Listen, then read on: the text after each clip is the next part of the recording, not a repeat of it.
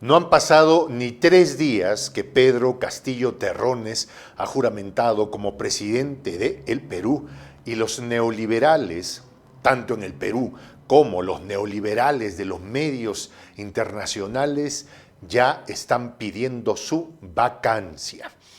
De acuerdo a la congresista Tudela, esperan alcanzar 87 votos para vacarlo, es decir, para sacarlo del poder por incapacidad moral.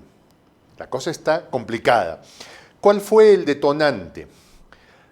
De acuerdo a la argumentación de los neoliberales, fue la designación como presidente del Consejo de Ministros al señor Bellido. ¿Quién es este señor Bellido que ha generado los gritos iracundos, los chillidos neoliberales? Bueno, vamos a profundizar en esto y vamos a profundizar en los verdaderos resortes de intereses políticos que hay detrás de esto. Mi nombre es Juan José El Castillo J. Gracias por estar en el canal Prensa Alternativa. Por cierto, ¿quieres apoyar económicamente el canal? Puedes hacerlo a través de nuestra cuenta en PayPal. Voy a poner los antecedentes de los 2 días, entre hoy y el día de ayer, ¿sí? Ayer, promediando las 6 de la tarde más o menos, un grupo de ciudadanos peruanos, un grupo de personas, ¿sí? Ciudadanos al fin, simpatizantes todos ellos de la ex candidata Keiko Sofía Fujimori, se trasladaron hacia las inmediaciones de la casa, del domicilio personal de Pedro Castillo Terrones, que está ubicado en el distrito de clase media, media, en el distrito de Breña, ¿sí? Más bien un distrito populoso sería la expresión correcta. Se fueron allá a hacerle un bochinche en los exteriores de la residencia, de la casa donde vive el señor Pedro Castillo Terrones. Hoy, por la tarde, se llevó a cabo una movilización en el Campo de Marte, donde habían varios cientos de movilizados bajo la consigna de ser un colectivo contra la dictadura comunista, literal, tal cual, contra la dictadura comunista. Algunas horas atrás, la señora Tudela, actual parlamentaria, que dicho sea de paso es sobrina de quien fuera el canciller Tudela, quien fuera el canciller de la dictadura fujimorista, la señora Tudela, ha salido a anunciar a través de su cuenta en TikTok, ¿sí?, que ya están en conversaciones para buscar los 87 votos para vacar al presidente Pedro Castillo por incapacidad moral. No han pasado ni 3 días y todo señala que el gobierno de Pedro Castillo la va a tener difícil contra los neoliberales. O sea, si así comienza, todo indica que la va a tener muy, muy difícil. Voy a ser honesto además para contarles que en Lima y en Perú, porque he hablado esta mañana a Lima, bueno, hablo mucho a Lima en realidad, me cuentan que la sensación es de calma con una sensación de que la cosa está media tensa, ¿sí? La gente va, hace sus cosas, están dedicados a sus asuntos, pero hay una sensación tensa en el ambiente, ¿sí? Ok, J, ¿qué ha pasado? ¿Qué está pasando en el Perú y qué tiene que ver la designación del presidente del Consejo de Ministros? A ver, ¿y cómo es que así se puede sacar a un presidente así por así? A ver, lo voy a poner de esta manera, ¿sí? Los neoliberales en los últimos 30 años han ido construyendo la figura del presidente como un operador político de alta gama. ¿Qué cosa quiere decir? Con amplios poderes. Han ido construyendo un personaje con mucha capacidad de interferir en decisiones de todo tipo. Por ejemplo, desmontaron el Consejo Nacional de la Magistratura, que tenía evidentes evidentes casos de corrupción, la desmantelaron y la pusieron bajo una figura legal que finalmente va a depender del presidente de la República, ¿sí? Pero claro, lo hicieron pensando en un presidente neoliberal, ¿sí? Estoy mencionando uno de los tantos. O sea, han hecho un presidente muy poderoso. Sin embargo, ahora que el elegido por el pueblo no es uno de los suyos, entonces se rasgan las vestiduras y dicen, pero ¿cómo es posible? No, vamos a quitarle poderes constitucionales. ¿Y qué tiene que ver la designación del presidente del Consejo de Ministros? Y quién sabe aquí valga una explicación respecto al modelo político peruano, por utilizar un término, ¿no? Ha sido una especie de copia un poco de los parlamentos europeos que tienen un premier, sí, y que constituye gobierno dependiendo de cuántos votos ha sacado. Acá se hizo una mezcla un poco. Si viniera un extraterrestre de aquí a 500 años y revisar esto, diría, mira, acá sí era una cosa interesante. O sea, teniendo en cuenta que fuera una mirada imparcial, pues la de un extraterrestre mirando nuestra realidad aquí a 500 años, ¿no? ¿Qué funciones y qué es el presidente del Consejo de Ministros? ¿Sí? El presidente es a quien se le elige a través de un proceso electoral. El presidente del Consejo de Ministros es designado por el presidente, quien ha sido elegido. El presidente del Consejo no es elegido, sino designado. Es decir, a dedo el presidente, o sea, ese es su derecho. O sea, tú vas a ser mi presidente del Consejo. Le propone a varios ciudadanos capacitados, dice, tú vas a ser mi presidente del Consejo de Ministros. Y el presidente del Consejo de Ministros arma el gabinete. O sea, eso en el mundo ideal, ¿no? El presidente del Consejo de Ministros arma su gabinete, se lo presenta al presidente, el presidente dice, ok, estamos bien, chévere, pero eso no es todo. Se entiende que el presidente del Consejo de Ministros y su gabinete, una vez constituido, van al Parlamento, se presentan ante la representación nacional, que se entiende es el Parlamento, y le dice, aquí estamos, este es nuestro plan de trabajo, ¿qué les parece? Vamos a hacer esto, requerimos que nos ayuden en esto, vamos a pedir que nos den facultades legislativas en A, B, C, D, o impulsemos tal paquete legislativo, qué sé yo, y se llega a un acuerdo, y finalmente se espera, como ha sido, digamos, parte de las expectativas, que el Congreso le dé la confianza al gabinete y al presidente del Consejo de Ministros, ¿sí? Bueno, esa es la figura, y luego voy a explicar un poco más al detalle, ¿sí? Pero voy a hacer un alto acá. ¿Por qué la designación de Bellido ha generado tanto bochinche? Bueno, resulta que este señor hace algunos años atrás tuvo unas declaraciones, desde mi punto de vista, y es una posición personal, desafortunadas, fuera de todo tipo de criterio, digamos, civil, ¿ya? ¿Por qué? ¿Qué es lo que hizo el señor Bellido? En un momento se entiende que, en un momento, llegó a ser parte de una especie de organización que le dio un homenaje a una señora que fue parte de la cúpula de Sendero Luminoso, una organización terrorista y criminal que desangró al Perú. La señora se llamaba Edith Lagos, ¿sí? Bueno, en su momento, el señor Bellido parece que participó de un homenaje a la señora Edith Lagos, razón por la que está siendo investigado por la Fiscalía por el delito de apología al terrorismo, ¿ya? Acá voy a hacer un alto. Y voy a poner, vamos, mi posición es no solo desafortunada, irrespetuosa con el pueblo que hemos vivido la brutalidad de esta organización criminal que fue Sendero Luminoso, ¿sí? Ahora bien, desafortunada, malévola, incapaz de entender el dolor del pueblo, se le puede adjudicar todos los argumentos sobre el tema, ¿sí? Sin embargo,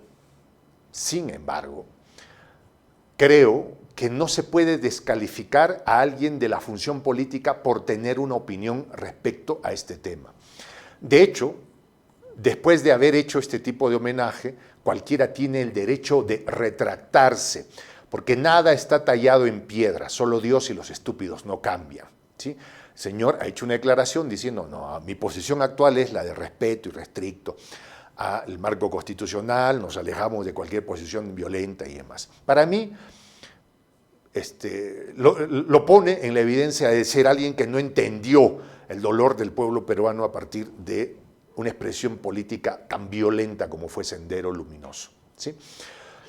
Eso no lo inhabilita de la función política y no podría ser un argumento político para sacarlo del juego político. ¿Ya? ¿Por qué? Y acá una posición, porque no se puede crear, y esta es una opinión que yo siempre he tenido, no se puede crear una figura de que emitir una opinión sea un delito. ¿Ya? Esta ley de apología contra el terrorismo que hay en el Perú es una ley que atenta contra el derecho de la opinión de las personas. Alguien puede decir, yo opino que la señora Edith Lagos era una buena persona y eso no puede hacerla pasible de una sentencia ni de una persecución, porque finalmente se trata de una opinión, de un punto de vista. Algunos dicen, no, lo que pasa que esta gente malvada utiliza, ¿no?, abusa del poder de expresión y concientiza a los jóvenes, ¿no? Y hacen labor política. Ya pues, de eso se trata. Se trata de ganarles en el discurso político. Se trata de evidenciar lo criminal que fueron y ganarles en el discurso político. No se trata de desaparecer, ¿no?, en el sentido de que te callo y no te quiero escuchar y no te quiero escuchar y supuestamente a partir de que como logro callarte ya no existes. Eso está mal. De hecho, en psicoterapia, Carl Jung hablaba de la sombra, ¿no? El gran psicoanalista austríaco, alumno de Sigmund Freud, hablaba que todo aquello que se niega se va a la sombra.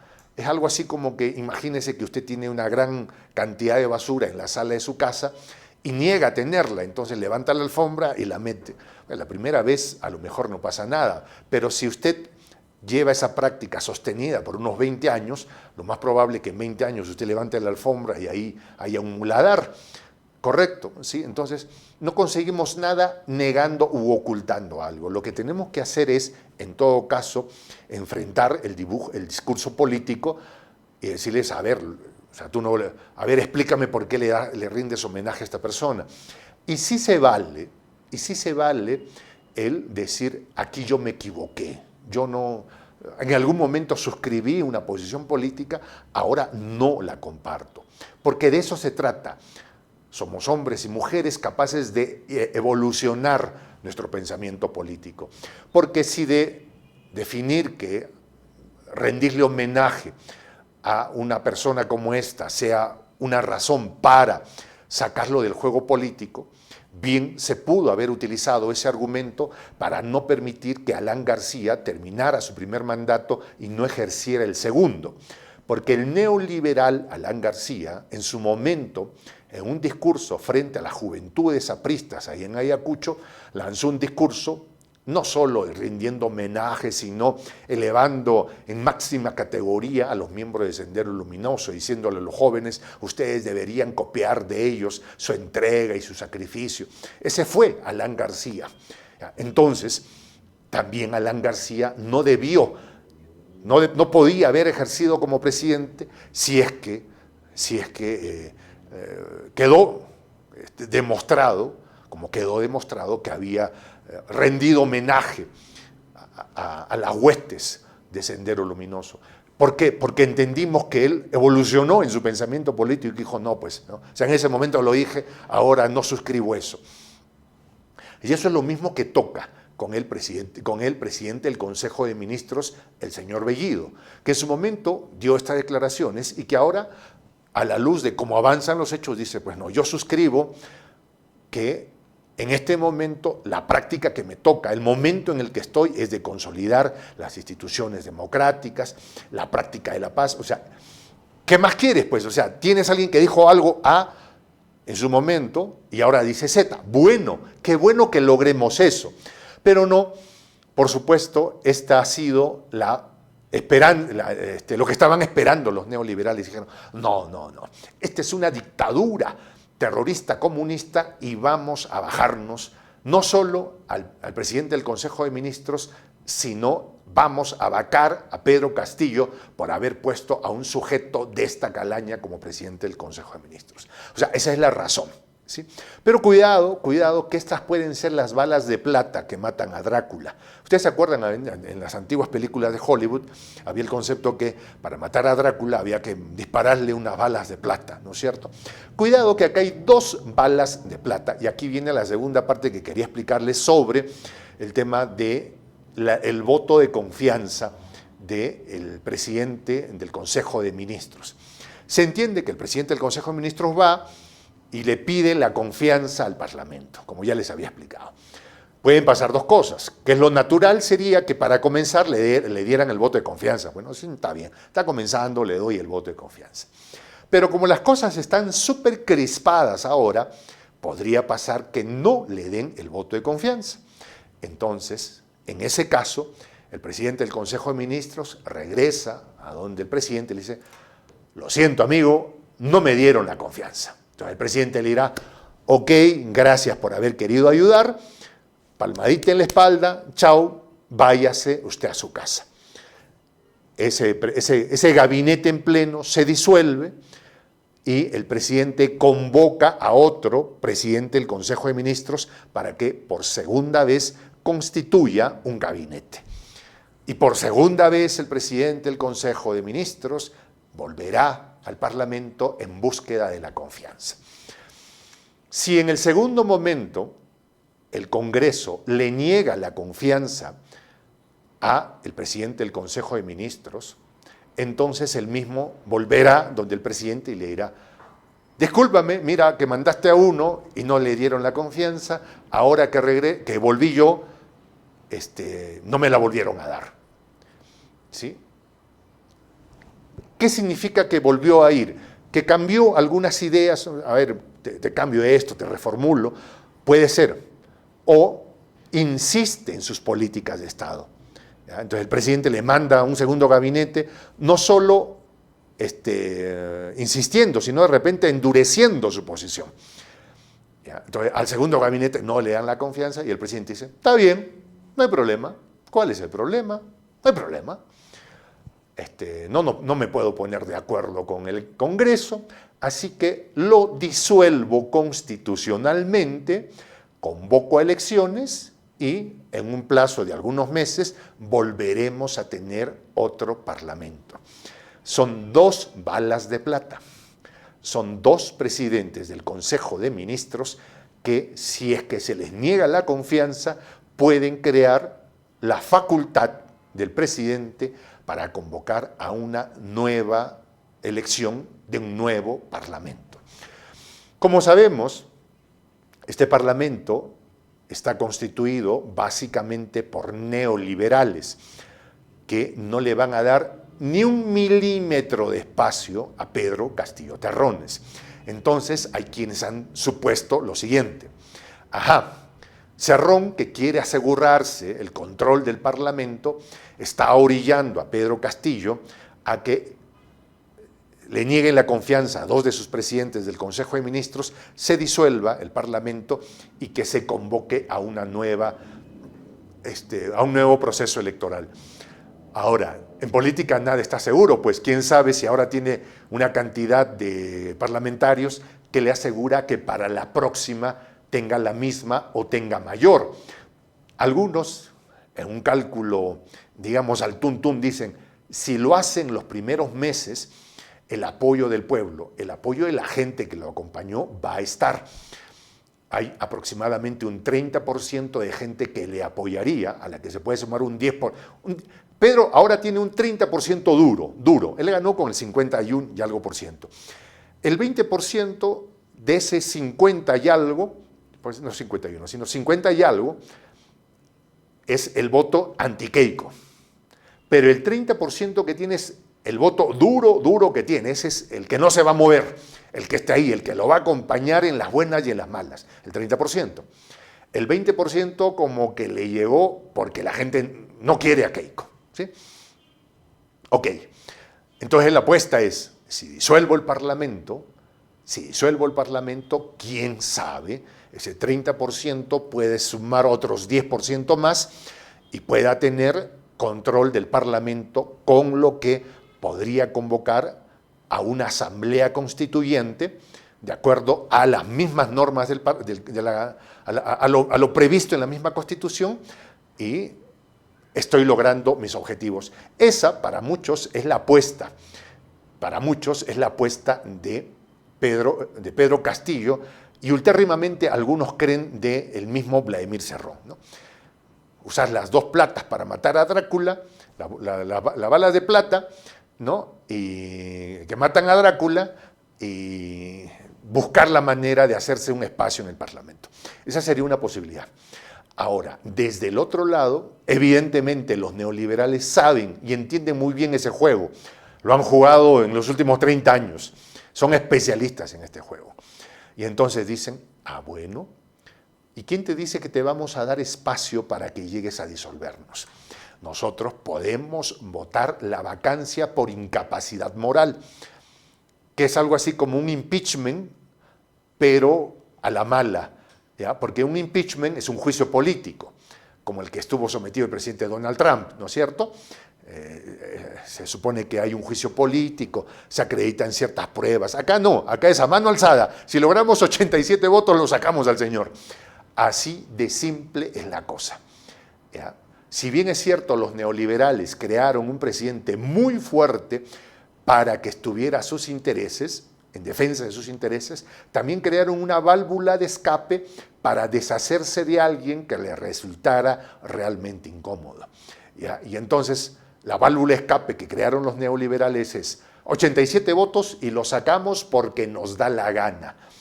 No hay pruebas que presentar, no, simplemente lo sacamos porque lo sacamos y punto, se acabó.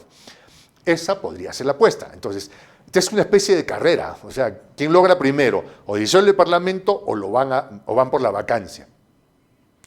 Ahora, Pedro Castillo no las tiene tan como las tuvieron otros. O sea, no la tiene como la tuvo PPK, por ejemplo, ¿ya? ¿Por qué? Porque su fórmula presidencial solo está constituido por él y por Dina Boluarte, que es la vicepresidenta. Iba a decir candidata, no, es la vicepresidenta. Normalmente, la plancha presidencial está constituida por el presidente, primer vicepresidente y segundo vicepresidente. Es decir, bajarse a Pedro Castillo lo pueden hacer si es que juntan los 87 votos, cosa que no sería muy complicada en realidad. Pero quien asumiría directamente sería la primera vicepresidenta, la señora Dina Boluarte, que es un personaje mucho más cercano a Vladimir Cerrón. Entonces sería cambiar, pues, digamos, una posición difícil por una mucho más difícil.